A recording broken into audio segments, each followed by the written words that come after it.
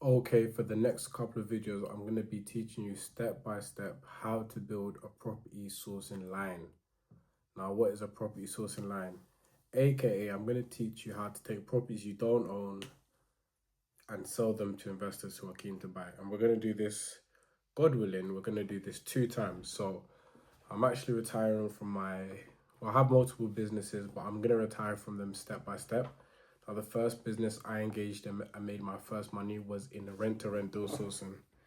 What's rent-to-rent deal sourcing? Pen is failing me. How sad. I'll forget that. Rent-to-rent deal sourcing is basically finding a property that works for rent-to-rent and selling it.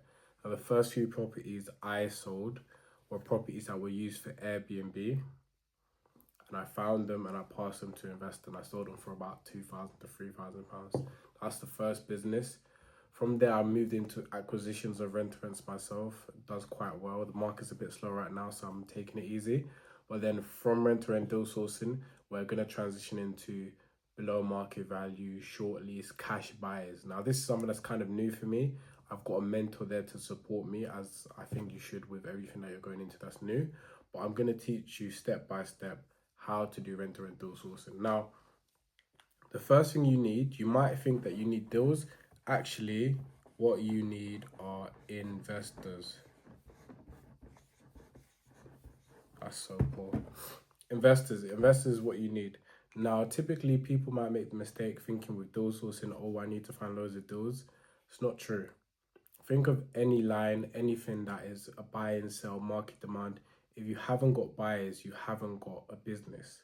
There's no point investing all of your time into buying stock to sell if there's nobody who's shown proven demand. There's no point in that. So the same way, we're not going to invest our time or money into getting stock until we've got proven buyers. So I'm going to run you through 2 ways in which we're doing this. I've currently got students who I'm teaching. So I'm basically just going to talk to you about what I'm doing with them step by step, and God willing, that leads to their success. Then we're going to talk to you about what we're doing on a larger scale, where we're throwing money at the problem, the business, to make money with it. So this is lesson 1. So I'm going to talk to you about step 1, what we've already got going on in the background. And the next one, part 2, we'll go a bit more deep into it. So in terms of investors, so I've been speaking to 2 of the students right now and they're getting started.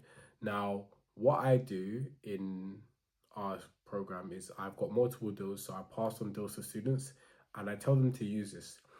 Now, sometimes you're going to find a deal and you're going to find an investor and it's going to match 1-to-1. Usually that's not going to be the case.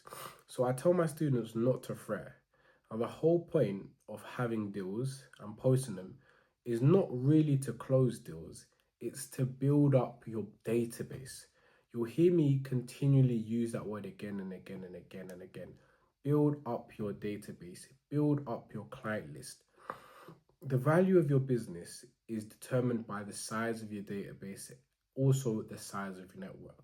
So what I do and allow the students to do is use these deals, which are essentially legitimate. They are legitimate deals. Use that, post that, and use that to build up your clientele list.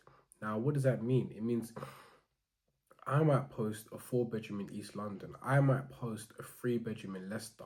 I might post a 2-bedroom in Birmingham. I might post a 4-bedroom in Ealing. I post these, and I might get 3, 5, 10 people reach out to me interested about this deal. Now, there's no way 3, 5, or 10 people can buy one deal anyway. Only one person can buy it. Furthermore, the landlord might give the property away to someone that's not me.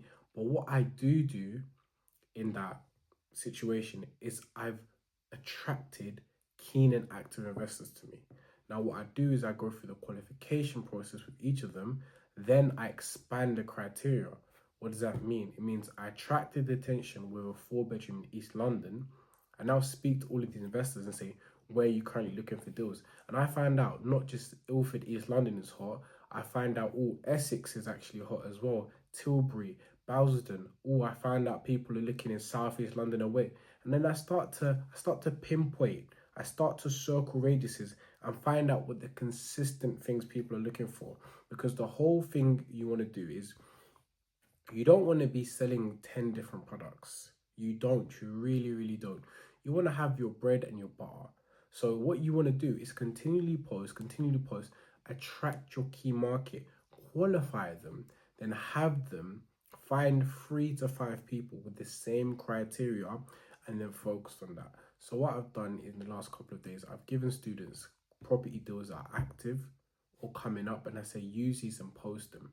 Now they're garnering attention from that. Now what you do with the attention garnered is you start to interview these people, expand the criteria. Then from there you've got criteria, and then now you go and supply that demand. You go and supply the demand. Some demand that has been proven, you go and supply that. You don't start to get product and then find out who wants it. No. You can leverage someone who's already got deals, because I've already got these deals anyway, to use that. Now, once you've got the people who said, I'm interested, you supply the demand. So that's what we're going to do step by step. Now, what I'm doing in terms of the business is I've started a campaign for those who've got service accommodation businesses, for them to contact me. And then what we're going to start to do is we're going to start to qualify these investors one by one, add them to the database till they match all of the students' area. And once we get to about 3 to 5, somewhat like that, until I feel like the business is ready, then we're going to focus on moving on to deals. But that's essentially what goes into building a line.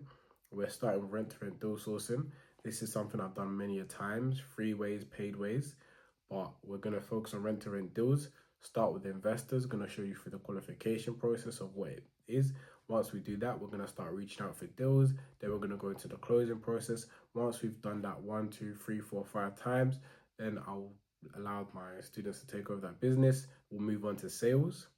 And that's something I haven't done before. So essentially, inshallah, we'll build up both those lines and see how it goes. So this will be a live step-by-step process on how to build a property sourcing line. See you in part 2.